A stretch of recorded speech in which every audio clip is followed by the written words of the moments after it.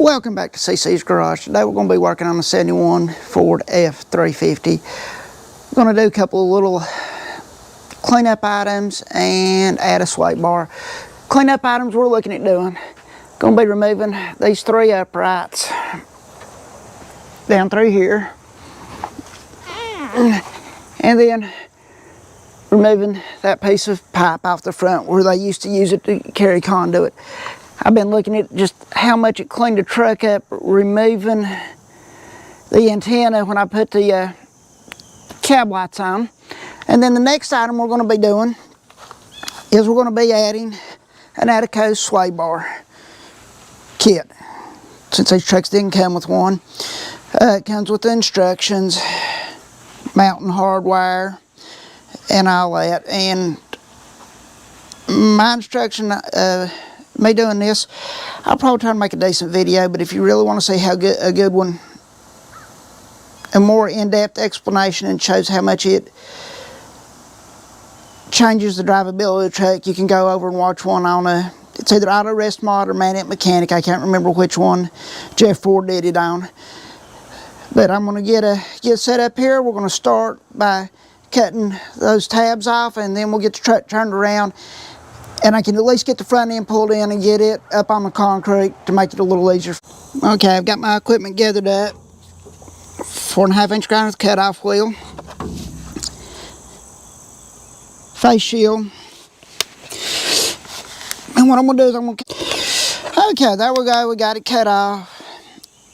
As you can see, I didn't go down all the way to the with the cut wheel, cutting wheel, all the way down into the weld against the tube.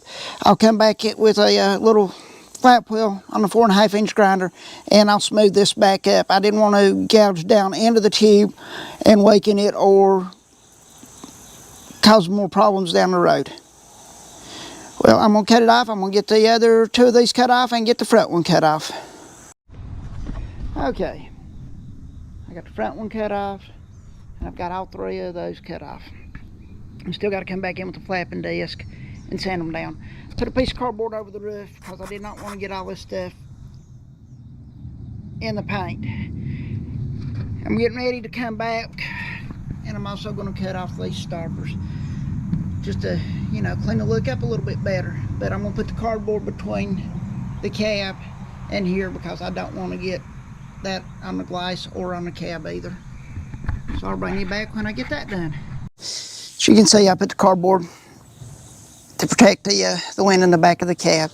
But I thought I'd give you a quick look of, there's what it looks like with it.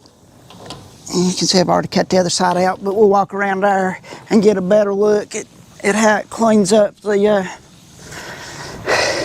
area. I mean, now it's even all the way across. I mean, it just, to me, looks better. I know there was a purpose there. It was actually to stop these doors from swinging too far, but I can always go back in and add a chain on either end that when you open it, it holds it flat.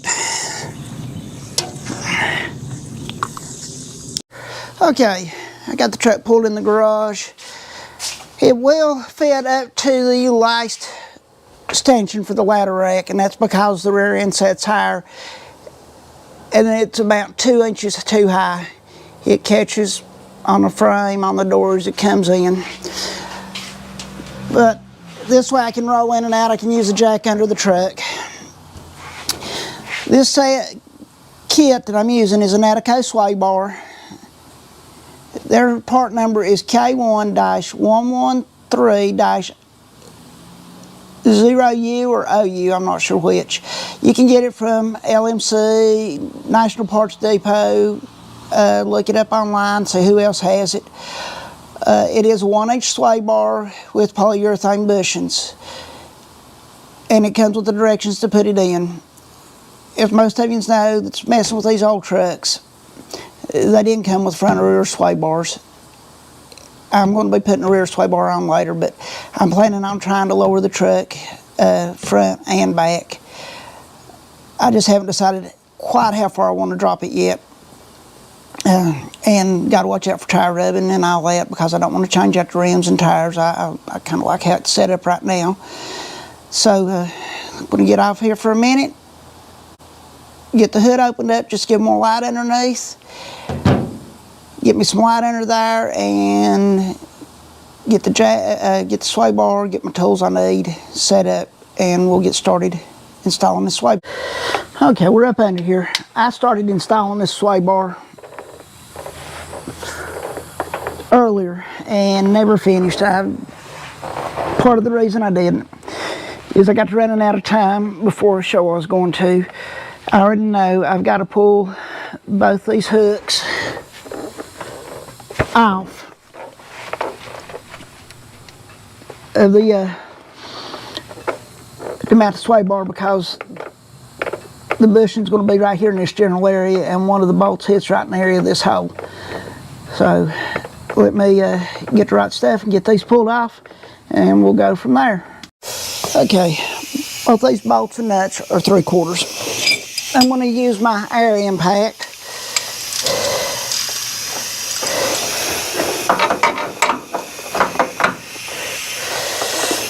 And I'll just put a socket and ratchet on there.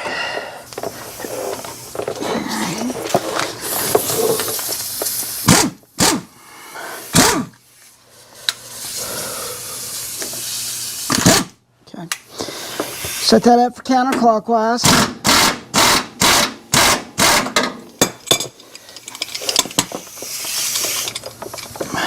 Now I do have battery powered I could use, but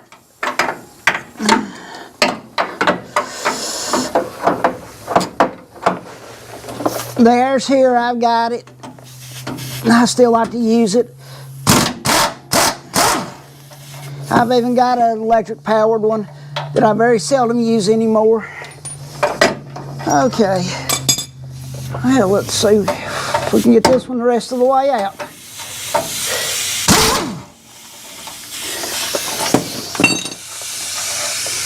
Okay, and I'll do the same thing on this side, and then I'll bring you back when I go to get everything set up. Okay, I got the end link, everything set up, measured from here to where it starts down. On each side it was 3/4, then I measured from here to my tape mark,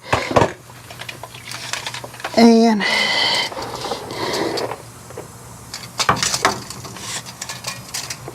get it again. You can see pretty cool. It's there, and then I come in from the other side and did the exact same thing.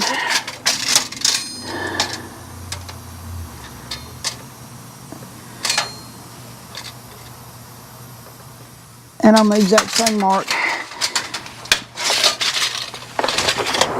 Then I took a transfer punch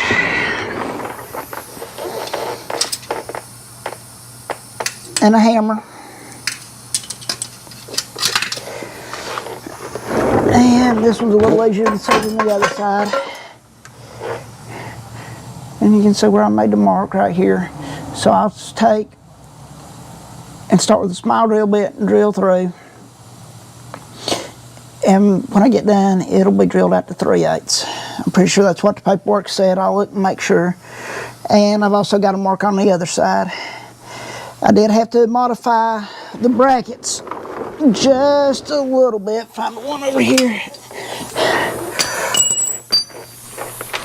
These things are angled, and you can see I've rounded this one. I've also took a little off the bottom.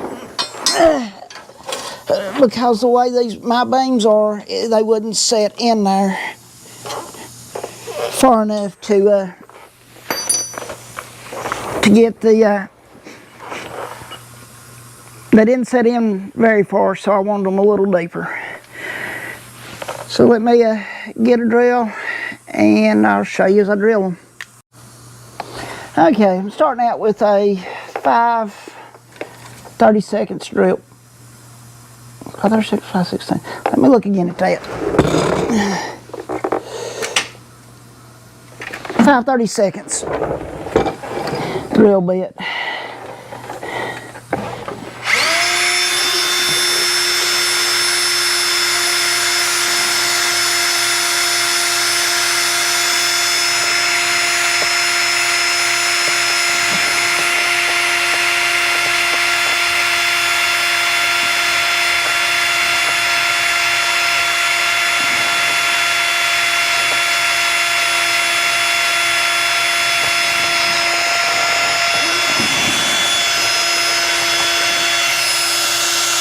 You notice this time I'm using a cordless drill. Just easier, I had it out and didn't have to dig for my electric.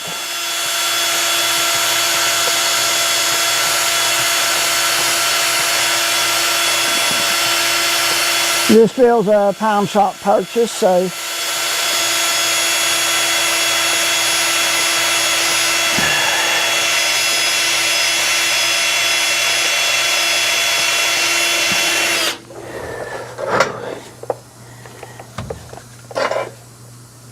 I should be getting close to being through. Move the camera in a little bit more.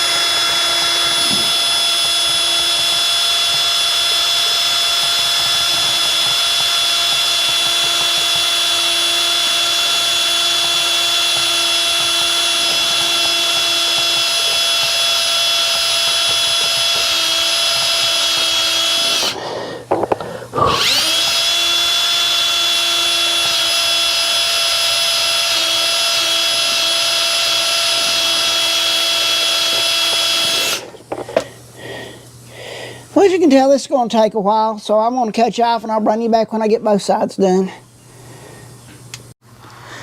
Well, I got the sway bar mounted up. Ended up using one of the holes that the tow hook was on each side. Did have to modify the angle brackets just a little bit to fit in my I-beams. So now I should have better handling.